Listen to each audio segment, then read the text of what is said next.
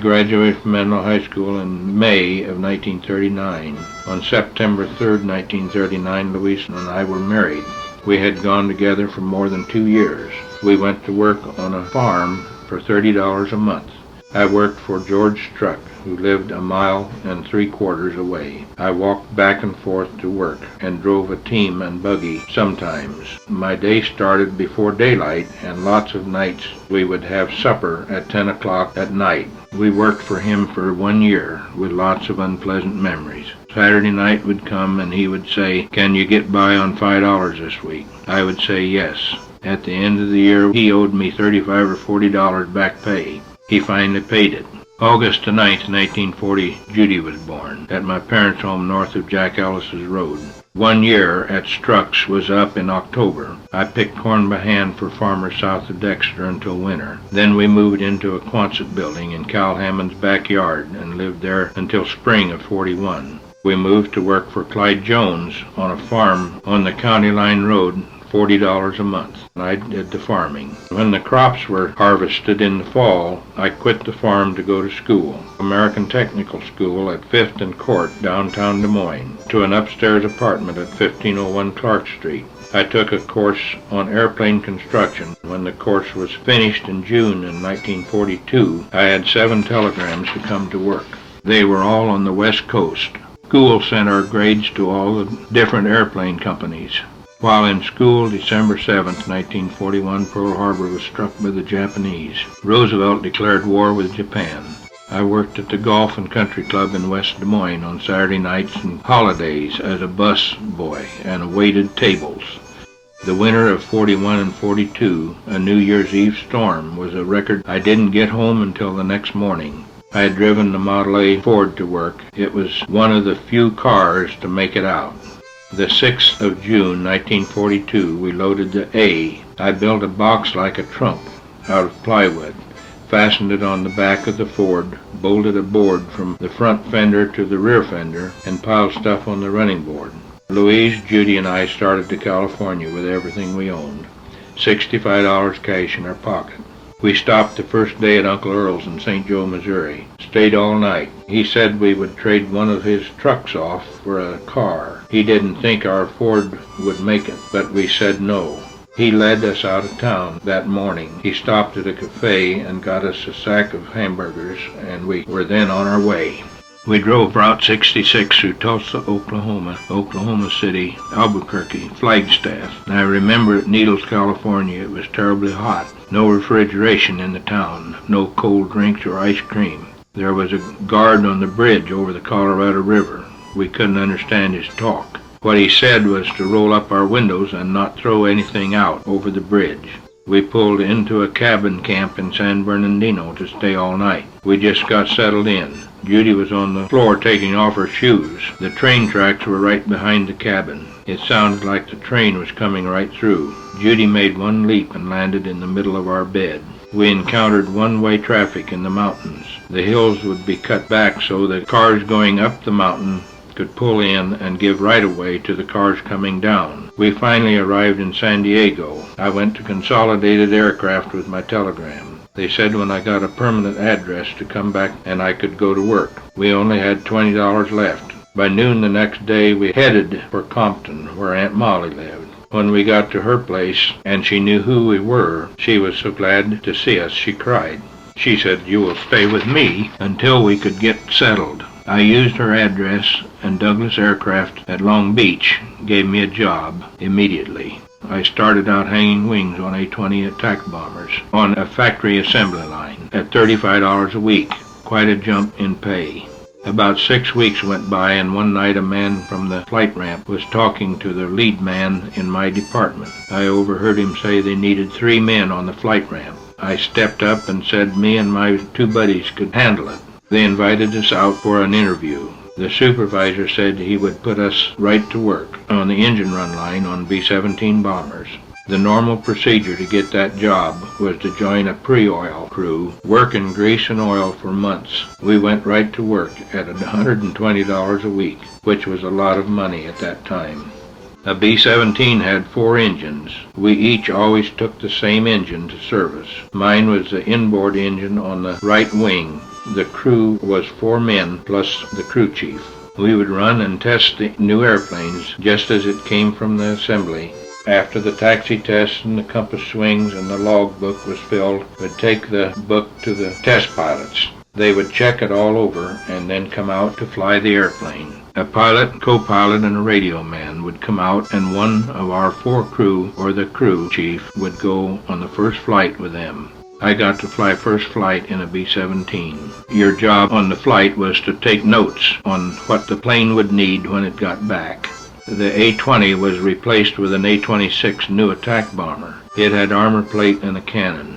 The chief test pilot, Ballinger, who qualified me to fly with them, received a $10,000 check to fly the first 10 built. Later, after I was in the Navy, I received word he had crashed and was killed in one. I continued working on the B-17s as long as I was at Douglas. When my draft status turned up 1A, the Douglas Company wrote me a letter of recommendation, and I quit and we came back to Iowa. Up until that time, all engines were propeller-type engines. The jet engines hadn't come out yet. During our stay in Compton, we lived in a duplex at 301 West Cocoa. Kay was born September the 1st, 1943 in Los Campanas Hospital, Compton.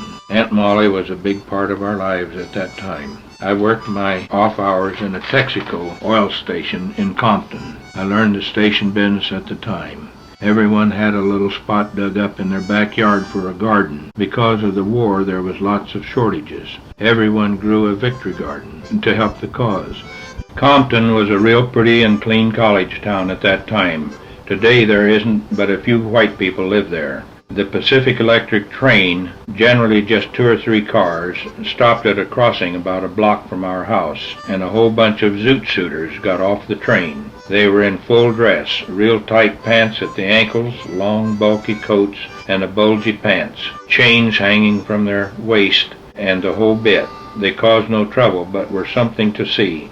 We loaded a 2-wheel trailer I made, and left California to come home to Iowa in June of 1944. We drove a 36 Chevrolet 2-door. It was a nice car for the times. I went to the draft board and asked for the Navy. We started making arrangements for to go to the service. We came to Stewart and bought the home where we live now. $1,000 cash. It needed lots of fixing, but we figured it would be home for Louise and the girls while I was gone. We got all settled in, and I left for Fort Leavenworth, Kansas to be inducted in September 1944. 25 men out of the 1,200 inducted that day received the Navy. The rest went to the Army. I credited my letter of recommendation from Douglas for many happenings all the way. Towards the end, I gave my letter and didn't get it back. I hated to lose it. From Fort Leavenworth, Kansas, I went to Kansas City to be sworn in the Navy, and by train headed for Farragut, Idaho, to boot camp. Winter came soon, and lots of snow and sickness and cold, but I made it okay without going to sick bay. From Farragut, Idaho, I left for Norman, Oklahoma, January 1945 to Naval Air Technical Training Center to go to school on airplanes. I finished the course in June of 45. Then I went to Philadelphia Navy Yard to school on H-4 catapults. While in Philadelphia, German prisoners did all the work for us, food and everything. When I left Pennsylvania to go to my ship, it was the USS Rendova, a new ship built in Bremerton, Washington. While in Bremerton, we moved the ship to Portland, Oregon, where it was to be outfitted. I went to Hood River. I visited my birthplace. My grandpa lived in a one-room shack in the apple orchard. He was a little dried-up guy in his 90s, very hard-hearing. Had trouble making him know who I was. We took the Rendova to sea. Our mission was to be a training ship. We would take 60 Marine pilots and 30 airplanes and go out to train the pilots to land and take off a carrier. We would go to sea for 2 or 3 weeks until that bunch qualified to join a squadron. Sometimes they would fly us more airplanes before they would all qualify. They would have all the planes tore up. They were all prop planes, TBMs, F-4s, and F-6s, and Corsairs. My job aboard the ship was with the catapult crew, 7 of us, from the schooling we got in Philadelphia. Operated the catapult, which launched the airplanes from the flight deck of the carrier. The charge was a hydraulic, oil under air pressure, would have a 7-ton airplane moving 90 feet, going 90 miles an hour. The flight deck was 60 feet above the water. When the plane would leave the deck, it had to be airborne. When our crew of 7 got the planes launched, we would be the firefighting crew for the arresting gear crew when the planes returned. Lots of excitement and crashes. We had home base for our ship to come to port at Alameda, California. Across the bay from San Francisco, we came in under the Golden Gate Bridge, past Alcatraz to Alameda. We would get liberty to go ashore and take a water taxi to San Francisco.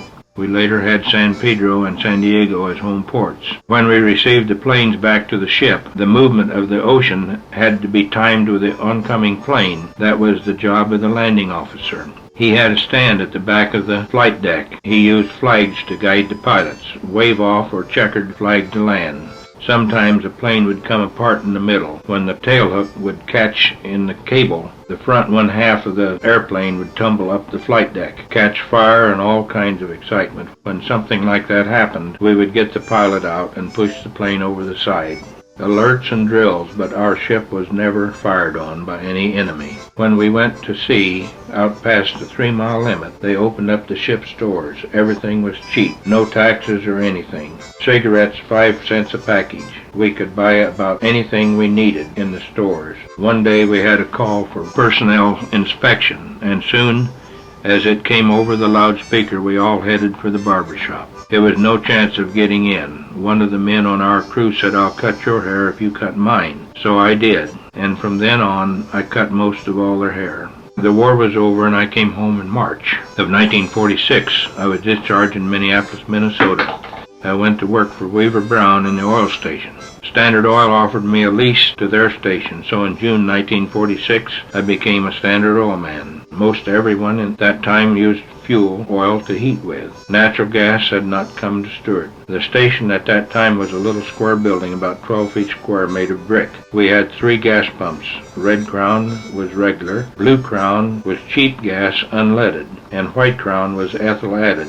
One pump was a visible hand pump. You would work the lever back and forth and fill the glass tube. It held 10 gallons. The gas came out of the hose, gravity feed to the cars. You counted the gallons you pumped. Gas price was 15 to 20 cents per gallon at that time. Lots of Model A Fords, and once in a while a Model T would come in, and lots of mud roads.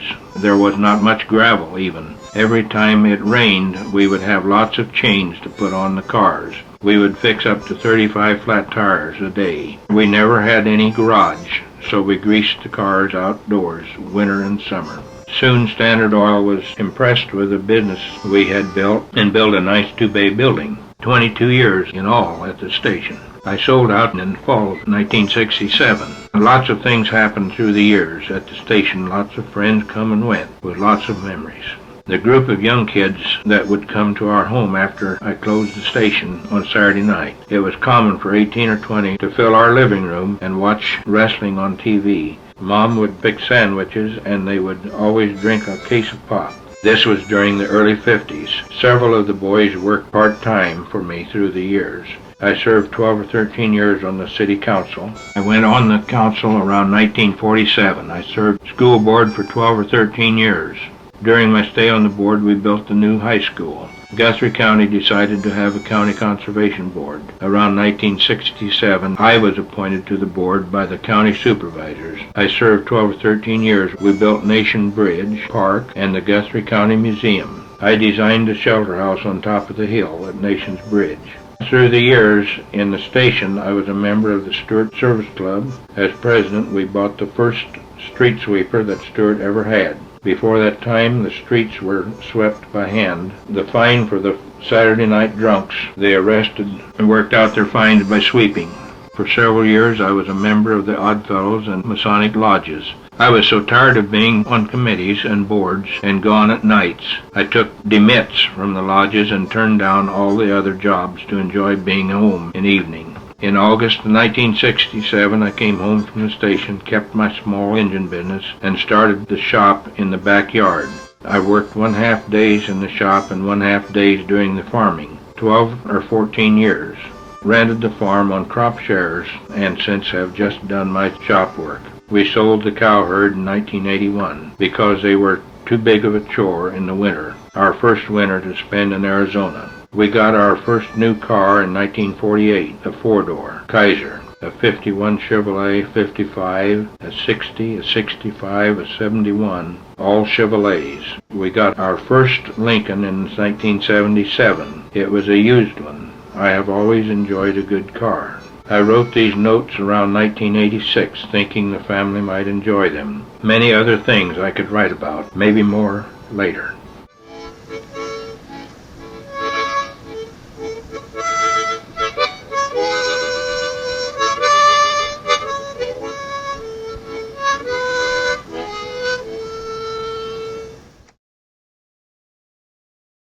Thought that I ought to do this before I get so old I can't.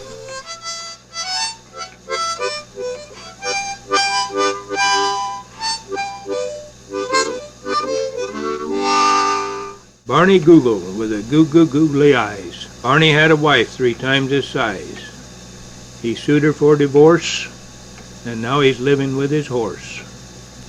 Barney Google with a googly eyes.